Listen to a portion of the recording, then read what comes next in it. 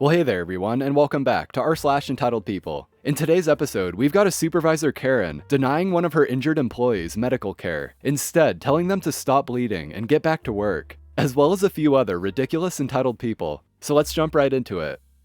This story's called Employee Harasses Lady for Parking in a Disabled Spot.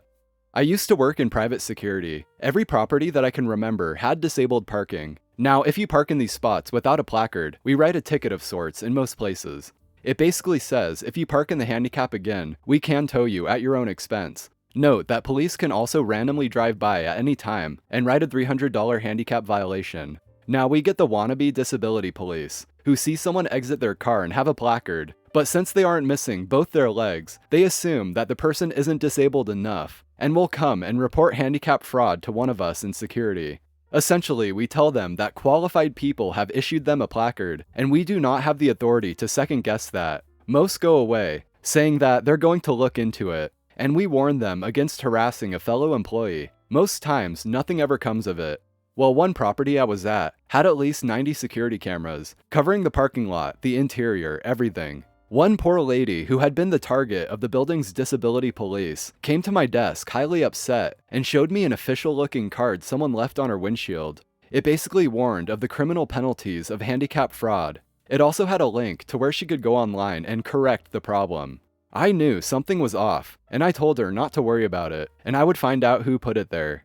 I had worked in this building for 3 years at this point, and was the lead security officer for the building.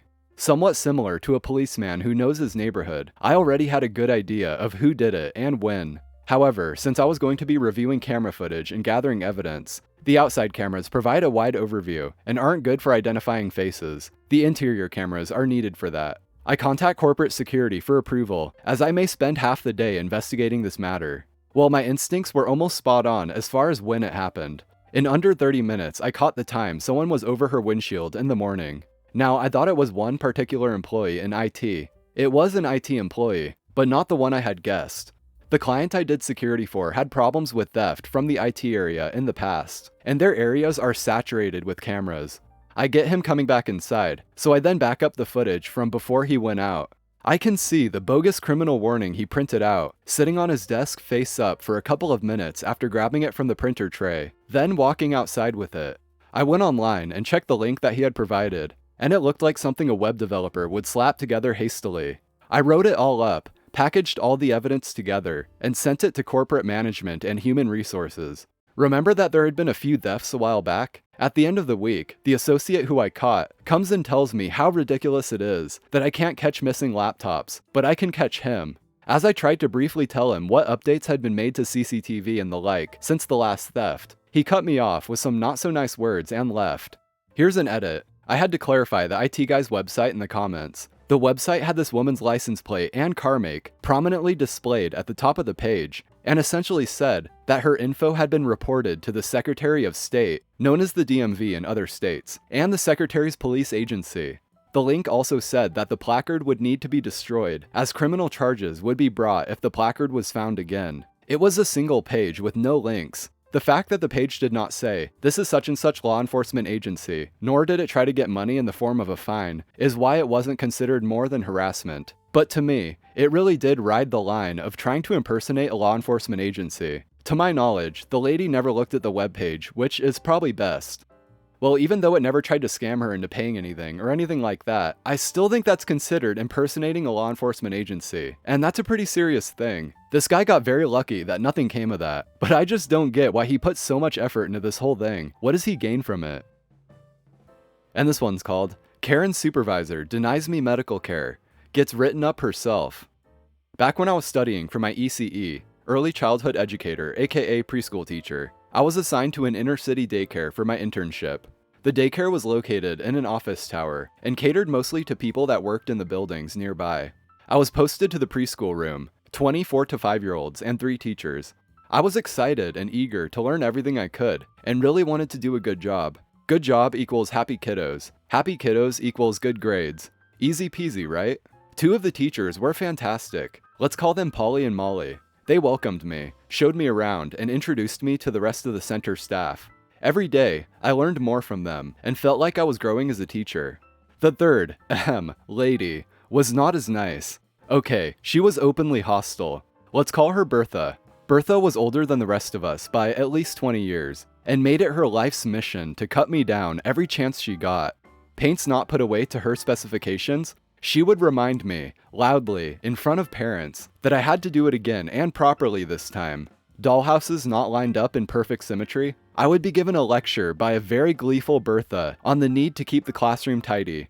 No matter what I did, Bertha found a way to crap all over it. Talks to the center director got me no satisfaction. It got to the point Molly and Polly were trying to intervene on my behalf, with no success. I figured I was only going to be there for 3 months, so I would just suck it up, finish my term, and hoped it would go by quickly. It all came crashing down, quite literally, one Sunday morning. We had taken the kids on an extended walk across the city to a puppet show, and were on our way back to the center with our double line of happy little ducks, when I stepped off a curb to cross the road and took a nosedive into the street. Our line of ducklings stopped. Molly and Polly helped me up, and we assessed my assorted injuries. Face scraped, yup. Knees bruised, yup.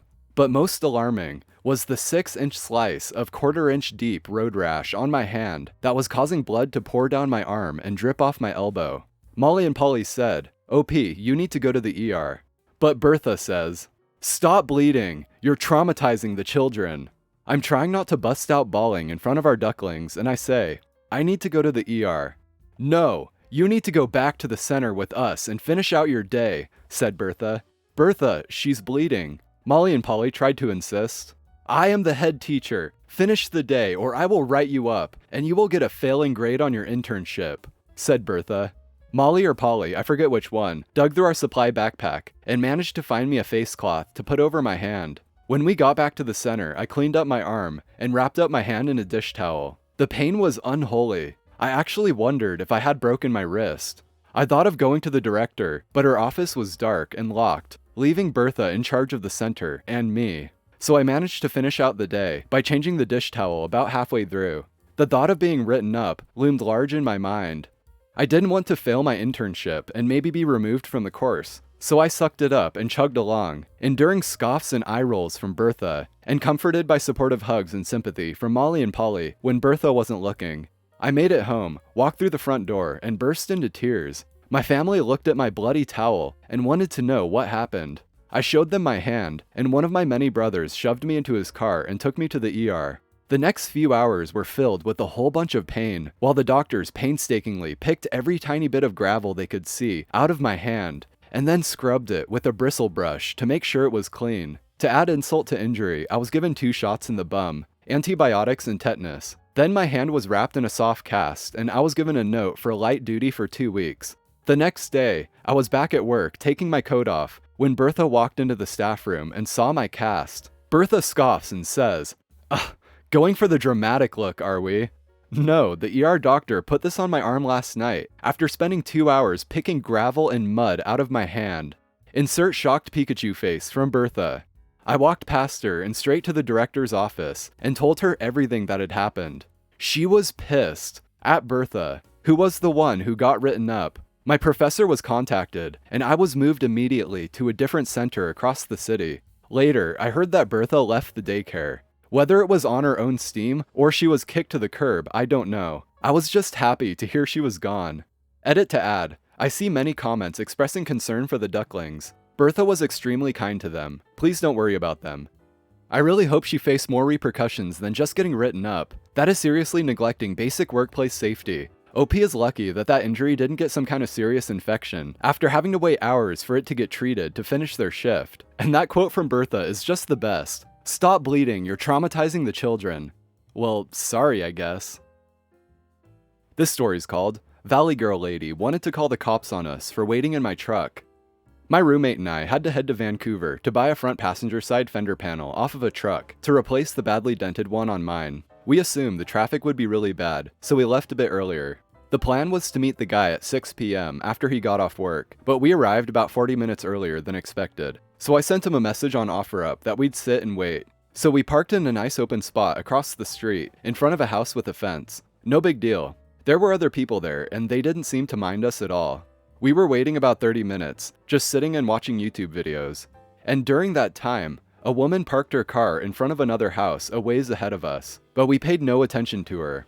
I was just sitting and watching Cyanide and Happiness on my phone, when suddenly, I noticed a woman creeping up to my truck. I say creeping because she'd walk a few feet and just stare, then walk a few more feet, doing the same thing. I tapped my roommate on the arm to signal to him she was there. The lady finally walked right up to our passenger window and asked why we were there, and she spoke with a somewhat condescending Valley Girl-like accent and used the word like a lot. She looked about 35 plus from what I could tell. The following is more or less paraphrased, but should be pretty close to how the conversation actually was. Like, "What are you doing here?" says the Valley Girl. "Oh, we're just waiting on somebody," I said. "Okay, because like, I was getting ready to call the cops on you because I thought you were like, stalking me or something, because you were sitting here for so long." My roommate and I just give each other a look, like we're saying, "Is this lady serious?" So I laughed and said, "Oh, believe me, I get it. Gotta make sure and look out for yourself." Then I pointed across the street and said, "You see that red truck over there? We're waiting for the guy that owns it to get home, because I want to buy parts off of it. He's selling the truck in pieces on OfferUp." The Valley Girl gave an awkward pause and said, "Okay, because like, I don't know you, and this is like a really close-knit neighborhood, plus your truck has Oregon plates on it, so I just wanted to make sure you weren't like, scoping me out or anything. We have a neighborhood watch here." I laugh awkwardly and say, "Nope, we're just here to buy a fender panel off that truck, and that's pretty much it." Like, okay. She didn't say anything more after that and just walked away, and soon drove off in her car. Then the guy we were meeting got home and we told him about the Valley Girl, and when he heard her description, he said he wasn't even sure she actually lived in this neighborhood because he'd never seen her. We were all confused, but just got to work getting the fender off the truck and forgot about it.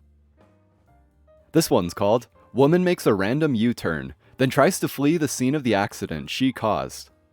So about a week ago, my parents went to Florida for my mom's job interview. She had a great start to her day, and the first part of her interview went well. After she left the interview, my dad picked her up and showed her some houses he found. As they were driving on a two-way street past some neighborhood, a lady around 20 years old turned on her turn signal. My parents assumed that she was turning into a neighborhood, but instead, she did a U-turn without looking first. My dad started to pull over to the side to try and make her see them, or to at least get semi out of the way.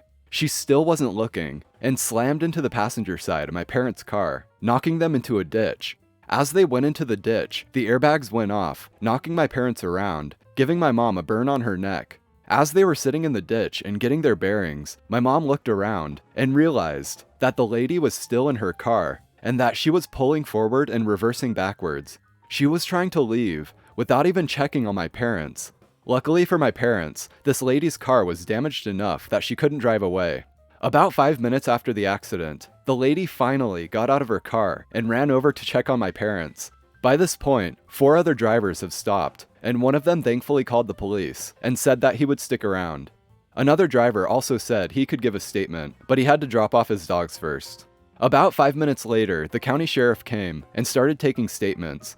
She talked to my parents, made sure they were okay, and took their statement. After talking to my parents, she talked to the other lady, and even though my parents have no idea what she was saying, she was very animated and seemed off. The sheriff then took statements from the other drivers that stopped. At this point, the driver with the dogs had returned too.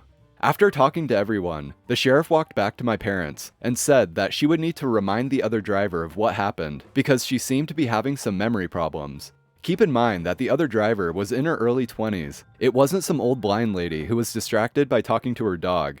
The lady had clearly lied to the sheriff about what happened and was trying to get away with causing an accident. After the sheriff took all the statements and the car was towed, my parents went to the ER where my parents got x-rays, CT scans, and my dad got an MRI due to previous neck and spine injuries caused by a previous accident. In the end, they were okay, and my mom's potential new boss was very understanding and helpful. He helped my parents get to a rental car place to get another car, and he generously offered them dinner and treats back at the hotel. And that's it for today's stories. Thanks for watching. If you enjoyed, drop a like. It really helps us support the channel. And also, subscribe if you want to see more. Take care, everyone. Have an awesome day, and I'll see you next time.